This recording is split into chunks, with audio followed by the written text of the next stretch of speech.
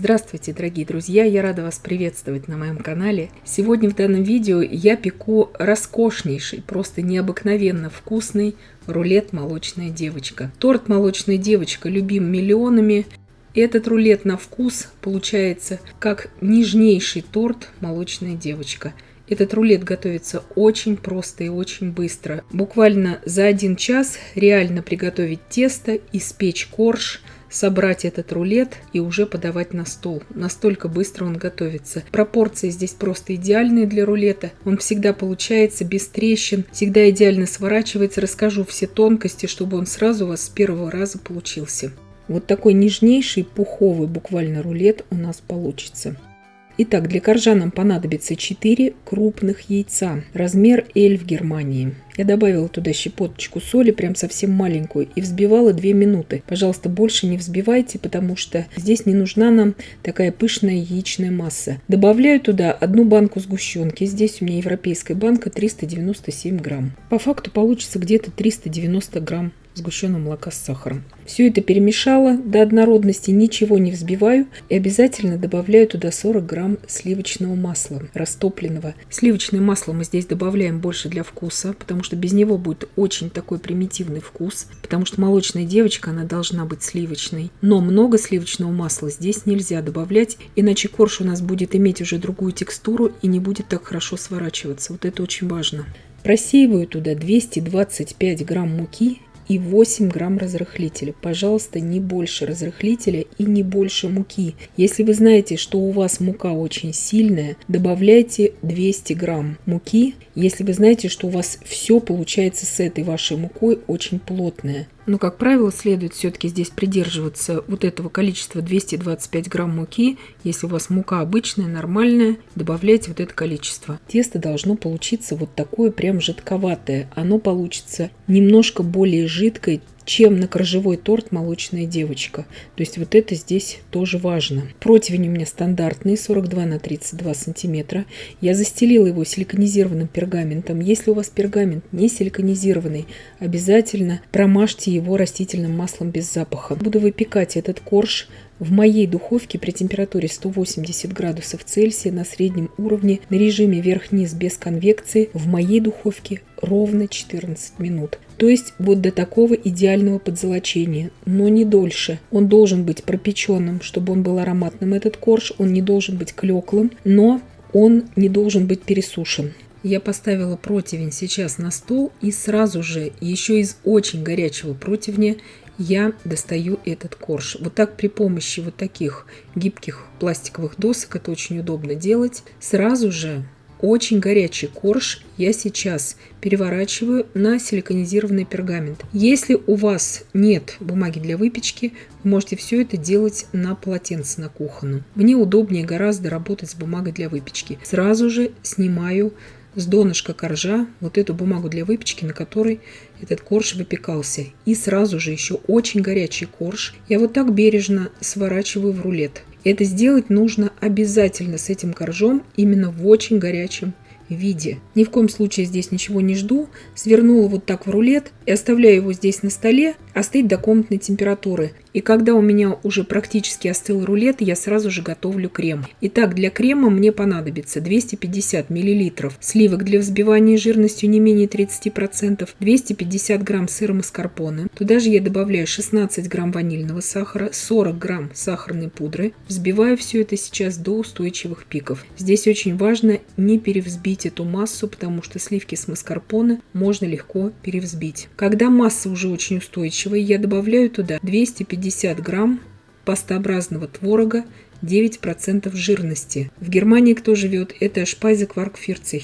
Вот сейчас в реальном времени вам показываю, сколько я перемешиваю с творогом. Буквально здесь несколько секунд, чтобы масса у нас не осела и не разжижилась. Все молочные продукты для крема мы берем обязательно очень холодные. 1/3 крема я сейчас откладываю в кондитерский мешок. Мы этим количеством крема будем выравнивать сверху рулет. Для начинки я здесь не готовлю никаких конфит, так как рулет у нас очень быстрый. Я буду использовать вот такой конфитюр малиновый с пониженным содержанием сахара. Очень хороший натуральный конфитюр. Итак, корж у меня остыл уже до комнатной температуры. Вот здесь я показываю намеренно в реальном времени, чтобы вы посмотрели, насколько бережно я его разворачиваю. Кто уже пек когда-нибудь коржи «Молочная девочка», все прекрасно знают, что эти коржи крайне липкие, поэтому и здесь корж – это не бисквитный рулет. Он очень липкий, и даже к такому качественному пергаменту силиконизированному он все равно прилипает. И это нормально для этого коржа. «Молочная девочка» имеет такую особенность, всегда прилипает. Обязательно пропитываю этот корж. Здесь у меня 250 мл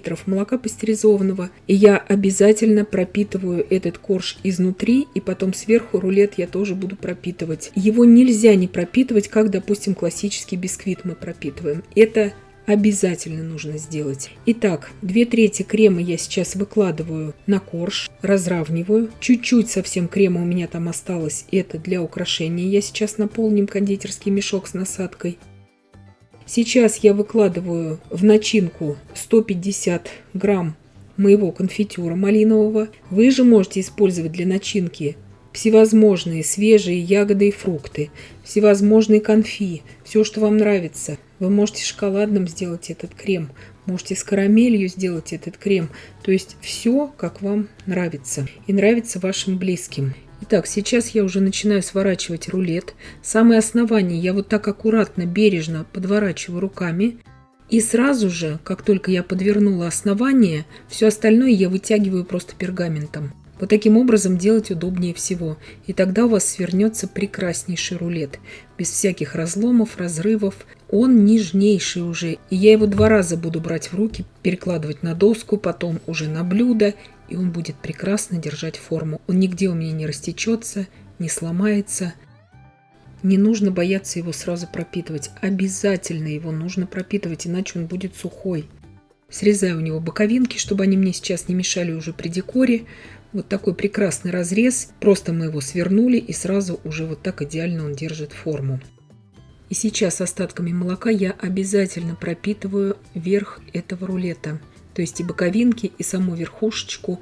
Здесь это нужно сделать просто обязательно. Он никак не повредится в форме, этот рулет. Он не раздастся в стороны. Пропитывайте смело и обязательно. Молоко у меня практически все ушло уже на пропитку. И сейчас тот крем, который мы выкладывали в кондитерский мешок, наношу уже вот так на рулет и выравниваю очень быстро. То есть просто чтобы равномерное количество крема распределилось по всему рулету, это шпателем. Вместо кондитерского мешка вы здесь можете использовать смело пакет для заморозки продуктов. Просто таким образом крем сразу равномерно очень распределяется по поверхности. И сейчас сразу переношу уже на то блюдо, на котором будет рулет подаваться. И вот таким фигурным шпателем с рельефом, с таким тоненьким, я просто на свой вкус декорирую уже верхушку рулета. Меряю для вас линейкой. 12 сантиметров в ширину у нас получается рулет и 27 в длину. То есть рулет большой. Рулет стандартный, очень хороший, выглядит очень презентабельно такой рулет. Он выглядит красивее даже, чем выглядел бы торт, который мы сделали бы из этого же количества продуктов. Я имею в виду торт «Молочная девочка». Выглядит такой рулет просто роскошно. Остатками крема я декорирую из насадки 1М верхушечку рулета. И сейчас моим малиновым конфитюром я украшаю уже на свое усмотрение вот так вот в виде капелек просто уже верхушечку рулета. У меня конфитюр, естественно, на пектине, но даже такие конфитюры некоторые могут подтекать потом, после того, как они какое-то количество времени стоят в холодильнике. Поэтому, если вы захотите также украшать конфитюром, будь то на пектине, будь то нет, или домашним вареньем каким-то густым, лучше украшать это непосредственно перед подачей на стол. Если же вы захотите транспортировать такой рулет и украсить примерно так же, то есть мелкими какими-то красными вкраплениями, лучше использовать зерна граната, свежую малину, допустим. Это уже все на ваше усмотрение. Просто здесь вот к этим джемам, конфитюрам нужно отнестись повнимательнее, потому что они могут потечь в холодильнике. Не все, но некоторые могут дать жидкость.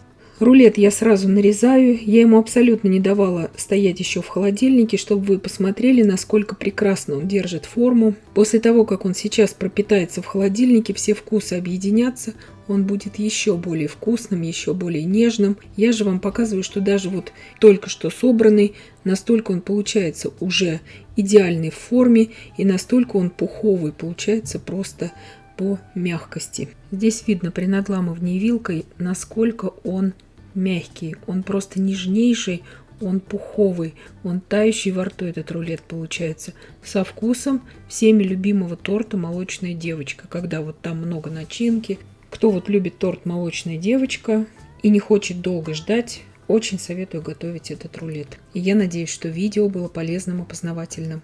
Подписывайтесь на мой канал, ставьте лайки, пишите комментарии. Я всем желаю больших успехов и до встречи в новых видео.